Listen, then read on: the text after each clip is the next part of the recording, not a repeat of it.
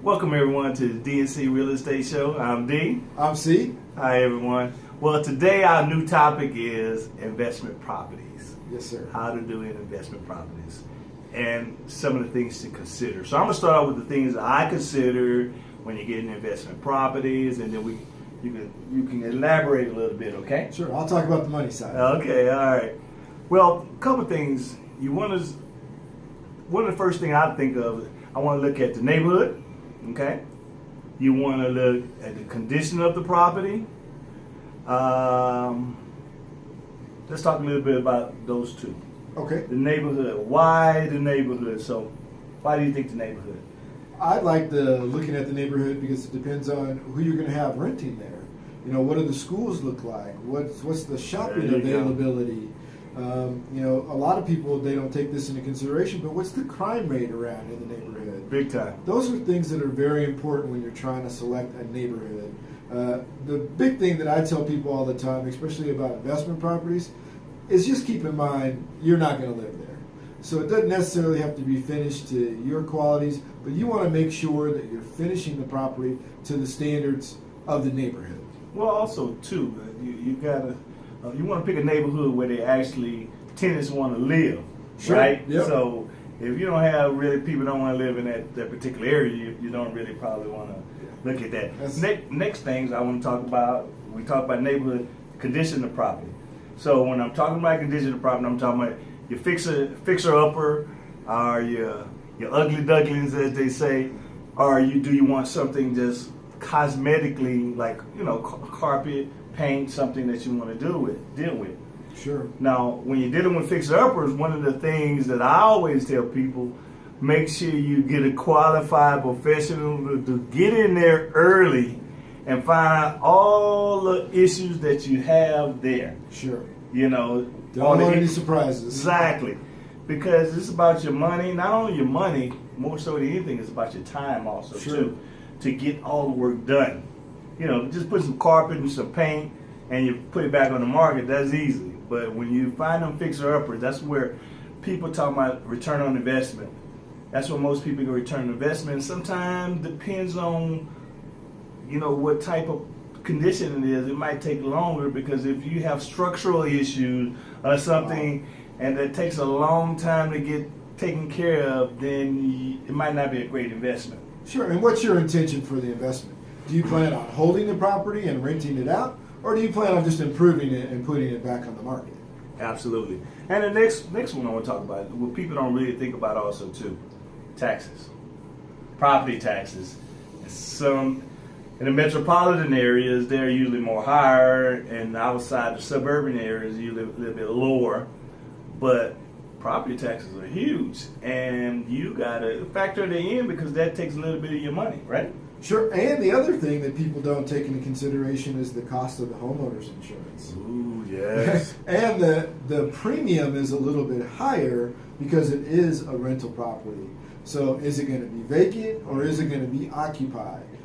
Big difference between the two, because as a vacant property, you're going to pay more on that premium than if it were occupied. So if you're doing it as a fix and flip, your premium's going to be a little bit more.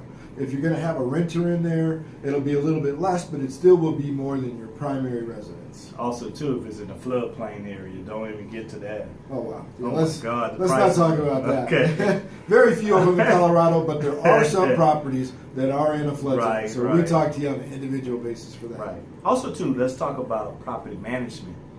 If you plan on holding on to a property, you got to think about the property management fees, which is roughly around 10% of what you're actually going to be renting the property Yes, out. sir. That's what I've seen as a standard. That's pretty standard right now. So that's something for you to think about also too.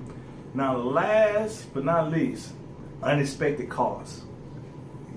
That's when your HVAC break down, your water heater break down. You have to allow a certain amount of money for those instances. I know you're working on investment property right now, and Yes, sir.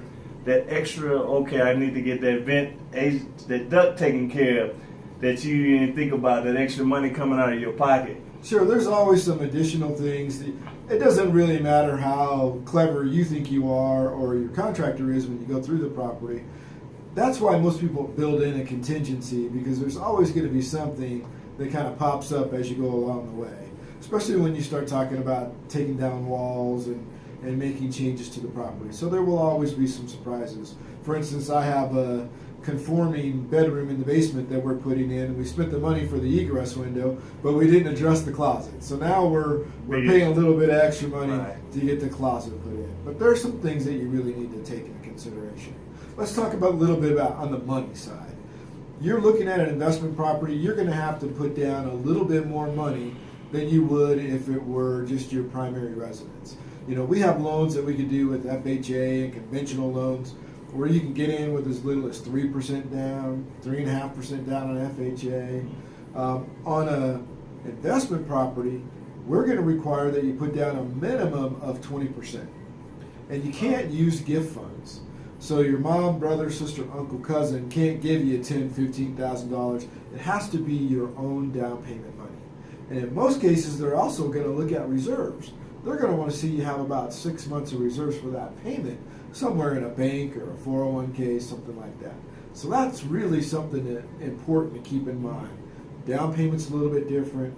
They're going to make a little bit of an adjustment to the interest rate because as an investor, the lender is taking a little bit more risk. You also have to factor in sometimes maybe that place may not be rented all the time. That's why you got to have some reserves. Okay, and that's not the only thing, man. Last but not least, you got to pay that IRS sometime too. So you got to determine that factor, how much it's going to cost also too. So dealing with rental property, or if you're doing a fixer-upper, know the terms, get with your accountant, and have them help you out on that process also too.